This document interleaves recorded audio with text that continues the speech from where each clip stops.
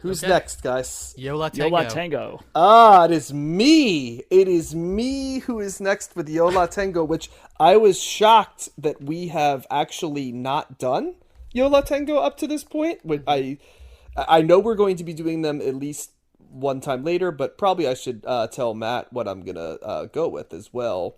It was hard to figure out which song to pick for this, but I'm gonna go with Moby Octopad in the beginning, and now you're going to hear a little bit of Autumn Sweater. We could slip away. Oh, wouldn't that be better? Me with nothing to say, and you in your autumn sweater. Run those numbers for me, Matt. I Can Hear the Heart Beating is one by Yo La Tango, comes in at number 85 in the 1990s on Best Ever Albums, number 11 in 1997, number 475 of all time. It is Yo La Tango's highest rated album on Best Ever Albums. It did not make Rolling Stone's list, and Yo La Tango ranked number 216 of overall artist rankings on Best Ever Albums. I enjoyed this bio, guys, this week. This is a good one. I'll try not to go long, but there's a lot of interesting stuff in Yo La Tengo. But let's first go with the fact that Yo La Tengo was formed in 1984 in Hoboken, New Jersey, so members of my home state. Compared to genre-wise, they are genre shifters, but genres they have spent time in during their career are indie rock, noise pop, experimental rock, and shoegaze. I would argue there's some others as well, but those are certainly good places to start. Since 1992, the lineup has been pretty consistent. It's been Ira Kaplan on guitars, piano, and vocals, Georgia Hubley, who he was dating at the time the band was formed, on drums, piano, and vocals, and James McNew on bass and vocals. Dave Schramm, their original guitarist, actually rejoined the band again in 2015. So he is both a member of the band outside of their classic lineup, so from 84 to the beginning of 92, and is now back in the band again in 2015 to now. I can't remember outside of reunions, right? Like somebody starting in a band and then ending up back on the last chapter of the band as well. That was, there was I've always got people one. that who comes to mind. The bass player for Tom Petty. The original Correct, bass player yeah. came back. Oh, crap, I forgot his name, though. But you know who I'm talking about. Yep, I do. Oh, Blair, right? Rick Blair, was that it? Something like that? Yeah. Something like so. There you go. So there's I knew there were some, but it doesn't happen. Usually, it's like those people fall away, never to return, or they're in the band for a while and they have a falling out, and they come back and do a couple reunion tours, but they're not a band anymore. So Yo La Tengo is still an active band. So, Sorry, there you Ron go. Blair. Sorry, Tom Petty heads. It was Ron Blair. My bad. There you go. So Yo La Tengo has been called, I saw this a couple different times, the quintessential critics band is how they were described. And they're also known for their live shows. We have all been to a Yo La Tengo live show, but where they play most of the original material, but have a sort of like a gigantic repertoire of cover songs that they play. And there's some on this album as well that we covered. But let's go back in time. Ira Kaplan and Georgia Hubley formed the band in 1984. Yo La Tengo means I have it for translation. But there is a story of where this comes from. And Matt, you in particular will enjoy this story because I know our this friend- story, but You continue, do? Okay, John. gotcha. I I'm going do. to say, so Yep. Ira Kaplan is a big fan of the New York Mets. Boo. But anyway, it's a good story nonetheless. And the story comes from the 1962 season of the Mets. The Mets, for those that may be listening who aren't baseball fans or from other countries, I believe that was year 2, right, for the Mets, and they were what I think was called 62 was year 1. year think one. that was their Okay, yeah, inaugural, yeah. gotcha. Mhm. So they were what was called an expansion team at the time, and since those days, they've actually made expansion teams able to compete pretty much immediately from a financial standpoint. But back in the day, you had to wait years and years before you became competitive as an expansion team. And the early Mets teams, and I'm not just saying this as a Phillies fan, because Phillies were pretty awful during this time too, but the Mets were famously pretty awful in their early years when they first started. And the story of the band, how does that play into it? Well, the Mets had a center fielder who actually was better known as a Philly, but he was On the Mets at this time, Richie Ashburn, he was in center field, and shortstop Elio Chacon. And they had a collision in the outfield when they both went for a fly ball. For those, once again, not familiar with baseball, shortstops are closer in the field, center fielders are further back. The ball dropped in between both of them, one going back and coming forward. And when Ashburn went for catches, he would yell, "I got it, I got it." He would run into Chacon, who only spoke Spanish. He was Venezuelan. So Ashburn learned to yell "Yo La Tengo" to him, meaning "I have it, I have it." Same thing. In a later game, Ashburn happily saw Chacon backing off on a fly ball, ready to catch it, only to be trucked by, and I know Frank Thomas. This is not the Frank Thomas of the 90s, White Sox Frank Thomas. This is another hoss of a man. Or as my dad would sometimes call him, not necessarily politically correctly, he would say the older white Frank Thomas would be how he described the guy when he was talking about the Mets of that time. And this Frank Thomas had missed a meeting in which they talked about using Yo La Tengo as the code for getting the center fielder to back off. And he unfortunately ended up trucking Ashburn.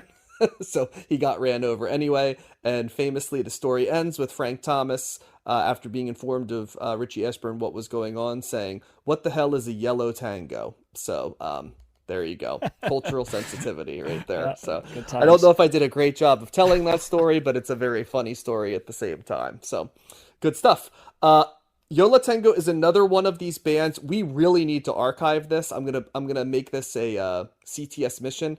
Bands that started by putting an advertisement in a musical publication, advertising like them wanting them to be a synthesis of different other bands, right? There's so many that we could pick in this genre, because the story like revisits itself over and over again. In this case, they mentioned 3 different groups that they were looking for as love. They love the love that they had for these bands, and also musicians inspired by the same bands. They were all CTS covered bands: the Soft Boys, Mission of Burma, and Love, going back to the 60s. That was what they were looking for as the connection. We loved all of those bands pretty much universally as CTS. So good on Yo La Tengo.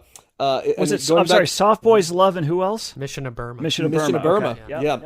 Of which I know we did verses from Mission of Burma. I think we only did one album of theirs. Yeah, we only did verses by that. We did Love way back in the 60s. And Soft Boys. We did one album from each of them. So go figure. Operation Moonlight or something. Operation. Not the Operation. I was Operation Mindcrime. That was Queensryche. No, that was Queensryche. Something about the Moonlight. Yeah. So anyway, that was Soft Boys. Boys. Your ad. Yeah. Yes. Sure would. So anyway, they get a group together of musicians who found that syncretic mix, and they recorded a 7-inch single called "The River of Water." And on the back of that, they covered "A House Is Not a Motel." Was the back end of that. With 2 gentlemen by the names of Dave Schramm on lead guitar and Dave Rick on bass. And pretty much after recording some other stuff, they joined Coyote Records. They're on many different record labels over the years. Very many indie-sounding record labels over the years. Some members join the band and leave during this time, and Yo La Tengo is releasing multiple albums in the late 80s. In 86, they released Ride the Tiger on the aforementioned Coyote Records, which was actually produced by Mission of Burma's bassist Clint Conley. And he actually was the bassist on 3 songs on that album as well. From the beginning, critics are onto them and enjoying what they're doing. And there's just a lot of things they're doing, which I wouldn't call them like nerdy, because they're not nerdy, but they're very much coded to people that like music. So I guess like us, right? Like they're appealing to people like us, right? Who listen to lots and lots of different albums, and are trying to discern between them. And one of the things they did was Ira Kaplan was credited as naive guitar on what he played on the sleeve of the album, which did make me laugh. More lineup changes with Schramm and Lewis leaving the band. They do an album called New Wave Hot Dogs in 1987. It sold worse than their debut, which didn't exactly sell like hotcakes itself, but they did say that it was a quantum leap over their debut in terms of coming together with their sound. So they do President Yo La Tengo in 1989, and this is the one that like rock critics are putting on top 10 lists of the year. Robert Christgau famously loved the album. Staying in this lane of like the CTS journey, like tracking with Yo La Tengo. This one was produced by Gene Holder of the DBs, another group that we covered in the CTS run in the 80s. It was also their last release on Coyote. Once again, it was well received, but sales were poor. And Wisniewski, actually, I don't think I had mentioned Wisniewski before. He was a member of the band. That's the last name. He leaves the band. So they're kind of losing periphery parts along the way while keeping the base of the three members of the group, the couple they're working together, in this case Ira Kaplan and Georgia Hubley and James McNew together. They kind of head into the 90s, sort of destined, I think, to be a critical band. They released an interestingly titled album called Fake Book in 1990, not to be confused with Facebook, so good on them for kind of figuring out that a little bit. It sounds like it's even thematically a little bit like kind of what you'd be getting into with Facebook there, so credit them with some insight there. And it's mostly acoustic songs. It's got a lot of covers on it. It's got Gene Clark, he of the Byrds, right, way back when, probably before I think only one album of the Byrds we covered had him in them. Cat Stevens, the Kinks, and Daniel Johnston were all on there. Once again, all groups that we covered on CTS. It has a folk sound to it as well. They actually do then collaborate with Daniel Johnston in 1991 on a song called Speeding Motorcycles. And just throughout I'll kind of speed it up a little bit here, guys, because throughout the 90s, they are just a working man's band. They're playing live shows. They're releasing close to an album a year, and they're pretty much either being produced by or covering songs from a who's who of CTS like standards, right? They really are sort of like plugged into they kind of have the feel of like your record store's greatest fan a little bit, in that they truly have consumed a lot of music. They listen to a lot of music. They have exquisite taste. I think that's why they're, the rock critics' band of choice in many ways. And it isn't really till 1993 when they joined Matador Records, a pretty famous independent rock band, especially for indie rock albums. We've seen Matador before because Liz Phair ends up on Matador, I think was one of the times we talked about them. But there's some other bands we covered on Matador. We could do a rundown later. But they get on that, and their distribution gets a little bit better. At that point, there's a little bit of A&R working for them. They release an album called Painful in 1993, which starts a creative partnership with the producer Roger Moutenot. I hope I'm pronouncing that correctly. Moutenot. I was not able to find a specific pronunciation in my research. And he actually produces all of their albums until 2013's Fade.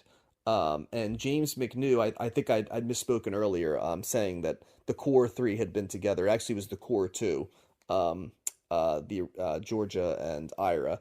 James McNew joins at this time, so I apologize for that misspeaking there. But like I said, they released an album, Electro Pura, in 1995. In 1996, they're in the movie I Shot Andy Warhol. And then this one was the one that they considered to be, at this point in time, their magnus opus, in that it's part of all the things they're doing. It's part folk, punk rock, shoegaze, instrumental noise rock, electronic music, and they put it all in the same album, which was the goal of what they were going for. The quote is, "I think after Electra Pura, their album before, we've had a direction of trying not to worry too hard about what the next album is going to sound like. Everything we've ever played on, we just do whatever seems right at the moment. We just write a bunch of songs and then go one baby step at a time and just do what seems right." Critics love this. The band toured extensively off of it. It sold well and grew their fan base. And pretty much since this time, that has been the ethos of what Yo La Tengo has done. They have played to a loyal, faithful audience. Their albums are almost always critically well regarded. they continue to play live while being just famous enough that people recognize their name, but probably not famous enough that they're getting widespread play on the radio or MTV, places like that. They pop up on a ton of soundtracks, and yeah, kind of they're like your cool friends, one of your cool friends' favorite bands, right? Would be the vibe that I think they give off in many ways. I've gone long on this review. I've got a bunch of other tidbits, and there's going to be some stuff in between that I can weave in and out. Matt, let's start with you. What'd you think of this one? Yeah, man, this was cool. This like is all over the place. It's got like it's definitely. I think it starts off a little bit more on like kind of like the shoegaze noise rock. There's definitely like the the hints of the My Bloody Valentine in here. But it also has like the dream pop, qualities of like the Galaxy 500 or like the Cocteau Twins and stuff like that. That's just really appealing. But then they go to kind of other directions where there's just like, really, kind of quiet instrumentals like Green Arrow, excuse me. You do something like, there's almost like a bossa nova song with like the lie and how we told it. I think it's like, okay, they're throwing that into it.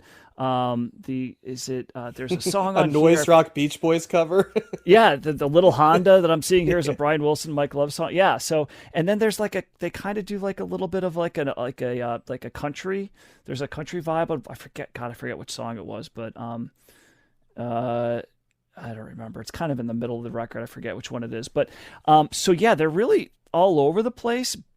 And there's sounds in here that don't sound like they match up well together, because you get something that's so loud and noise rock and just like just a full like like My Bloody Valentine, and then you've got like a Getz and Gilberto song, so but it somehow manages to fit right in this relatively long album. It's just under 70 minutes, and it just kind of takes you on this interesting journey, right? That when they're able to do each of these genres pretty well. Like there's very little in here that I disliked. I think maybe the only really off-putting thing, and it's a slight quibble, I think it's on 1 p.m. again. The vocals on that are really like he's barely saying anything. Like he's using his full voice, but it's trying to be as quiet as he can be, and he's kind of like mumbling through it. It's not really singing it, so it's a weird sound. Where the vocals are kind of pushed back, and I'm like, it's really hard to make out what he's saying. So it's not so much even that like it's like, oh, I hate the sound of that. It's just a little. I noticed it more, and I noticed it being a little bit. I wasn't sure exactly what to make of it. I was like, it's why kind of like the National, isn't it? A little bit. It's even, yes, because in the sense, but it's also. Like at least Matt Berenger with the National, like he attempts to sing here and there, and he does sing here and there, and then but you can hear his vocals up more towards the front, way more than this anyway, because it's really pushed back in there that you can barely even hear it. Yeah. So it doesn't surprise me that this is this album's for the critical darling, and this is another one of those records where I'm just hearing so many things that make me go, yeah, we've heard this before. This reminds me of this sound or that that band or whatever. But they're kind of just melding it all together in their own unique way. They've got it. And would you say this is their eighth? I think it's their eighth album. I believe so, yeah. So yeah, eighth album, and so they're well into their careers at this point, being around, and it's like, man, this is just great. There's one other album of theirs that I know, and I think I got it when we were in grad school because we saw them in Jacksonville, if I'm not mistaken, yes. at a theater in Jacksonville, and that's like the name of that album was "I'm Not Afraid of You" and "I'm Gonna Beat Your Ass." So I was like that one. That album's pretty good too. But I've heard some of their other stuff here and there. They have a really cool cover of "Friday I'm in Love" by The Cure. Like it's definitely like, oh yeah, that's Yo La Tengo doing The Cure, right? Like it totally makes sense for that. But yeah, the only song I knew on here was Autumn Sweater. I think my friend Kevin put that on a mix for me once. So as soon as that came on, I was like, oh yeah, that song. I forgot about that. That's great. And it's kind of cool. I like the way they end it with like the longest song on the track, the instrumental Spec Bebop. It's like almost 11 minutes, and it's this really kind of distorted, instrumental track. And then they do "We're an American Band," which is a shorter, kind of louder song, and then they finish with a quick little "My Little Corner of the World," which looks like that's a cover. And it's kind of an interesting way to end the record with these kind of two bigger songs with more, gravitas in the production, and then you've got like a nice little, cute little song at the end to cap things off. So really cool record. This is something that I think the more you listen to, the better it gets. But it's also something that on initial listen, it's like it's not hard to get into. It's not like it was a tall order. So I guess maybe for some people it might be a little off-putting with just how all over the place it is, or it can seem to be.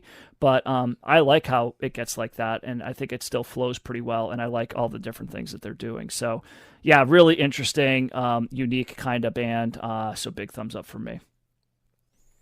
Yeah, Yo La Tengo, despite seeing them live, is not a band that I've really come back to or explored, and so I'm coming to them pretty fresh. And I like this album, but I don't love it, and so I am interested to kind of listen to more of their albums and see if kind of like I can crack the nut of why I don't respond to it right away. It is an album that I had to listen to a couple times to kind of appreciate, and I definitely hear kind of all of the genres that they're touching on in their omnivorous appetites for music coming through on the album.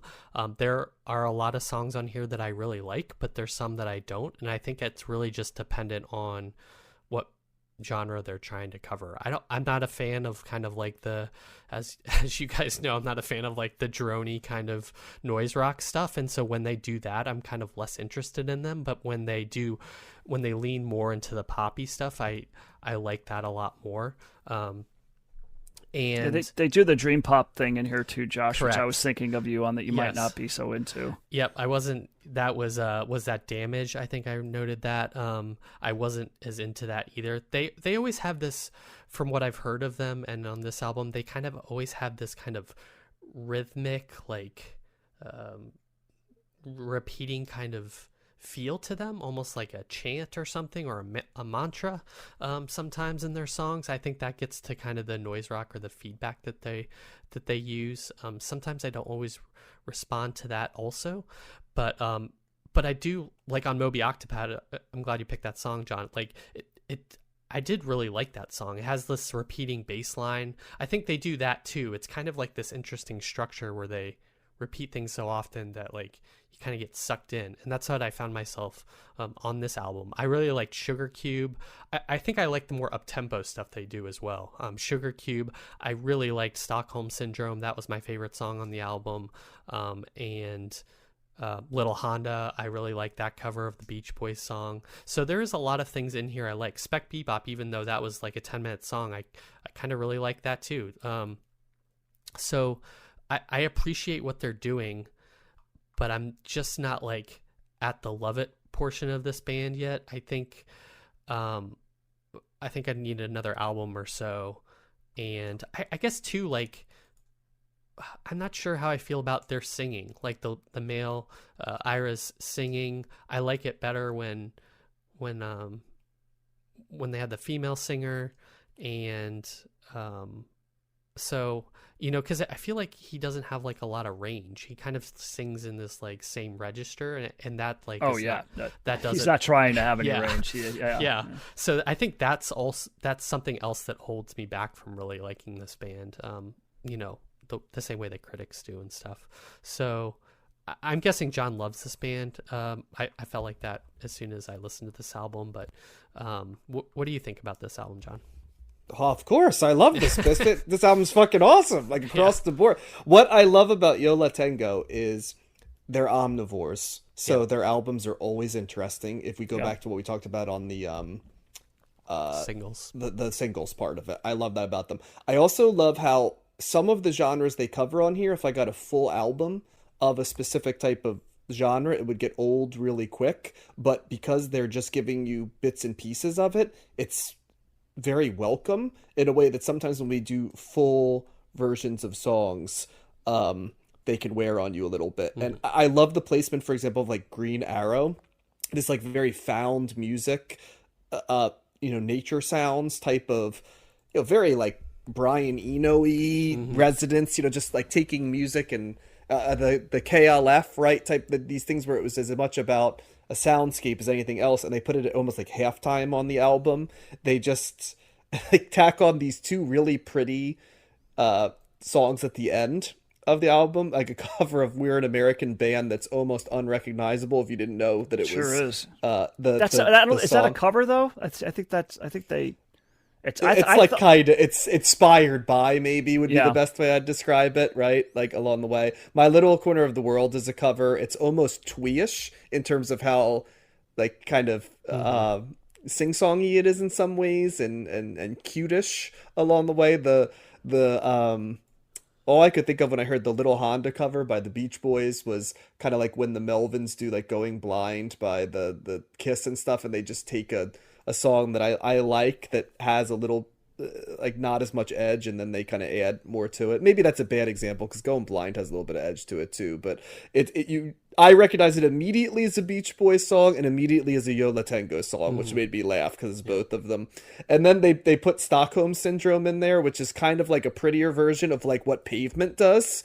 We describe, yeah, like shoegazy. I know you kept saying My Bloody Valentine, Matt, earlier. There's that. I don't find Yo La Tengo to be as harsh in terms of what they do No. as what My Bloody. That's And I love yes. My Bloody Valentine, right? I do. I love them, but I consider them at times to be somewhat brutal. I would never really say Yo La Tengo is brutal. They kind of pull back before they get as brutal I would agree. assaultive as My Bloody Valentine, or even as challenging sonically as what like Sonic Youth does, right? Where like sometimes they'll just let stuff flying out there and like make abrasive sounds. Like Yo La Tengo doesn't often go in that neck of the woods. You're right, Josh, there's like meditative songs on here. I just really, at the end of the day, I like their sound. I like how the pieces come together. I like the fact that their albums are consistent all the way throughout, and there aren't songs I hate on their albums. And even the songs that would miss for me on other albums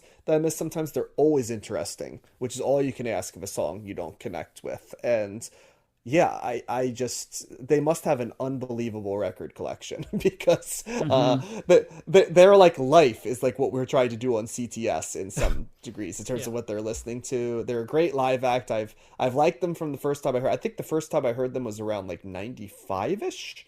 And I've been a fan ever since. I've seen them, gosh, 3-4 times, I think, and they're always good live, and you never know what's going to be played because they have so much material plus all the covers. So yeah, and this one's a really good album. Like a lot of albums like this, I can't recommend it to everybody because to some degree, I feel like you have to grow to this album with you have to have listened to a lot of music to kind of appreciate this, and I hope that doesn't come across sounding snobby. I think it's more you just appreciate it when you see where the DNA comes from. Whereas if like you're just listening to what's on the radio and stuff like that, it's not that you can't enjoy this album, but I don't think it will fully register for you. I think it's kind of almost like being invited into a space where everybody is a music lover would be how I kind of describe Yo La Tengo's general vibe.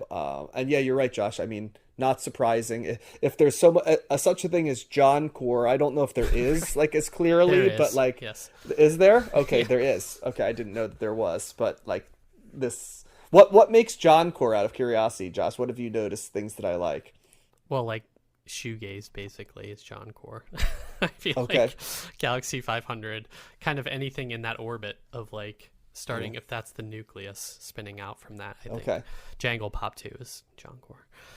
Yeah, I guess there's some connective tissue for sure with Galaxy 500, but I think there's more of a warmness to this than there is in some of the shoegaze that we cover. And I know they get like wedged into shoegaze a lot because they use guitar distortion, but I've never truly put Yo La Tengo as a full-on shoegaze band. But okay, I'll have to explore what makes John Core. But yeah, but as I was listening to this though, I'm like, Matt's gonna love this and Josh is gonna be lukewarm on this. So we do seem to have a standard like lane on stuff like that. So but But if you like John Core, having listened to the podcast, then go pick this damn album up because you're gonna love it. So. Mhm.